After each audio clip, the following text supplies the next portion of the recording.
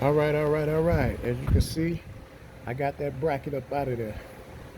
Yeah, I had to jack that motor up a little bit more than what I wanted to, but I didn't crack anything.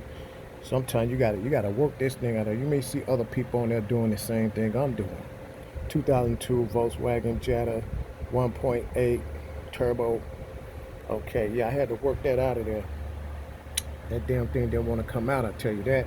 But I jacked the motor up, I had to move this hose out the way, which is a coolant line connected to this little brass fitting with a clamp on it. So I had to move that so I can work it up out of there. So with that all being said, now I got the tensioner. I released the tension off the belt, got the belt moved. I'm gonna screw those bolts out right there, those 3 bolts holding the tension on, so I can move this plastic cover.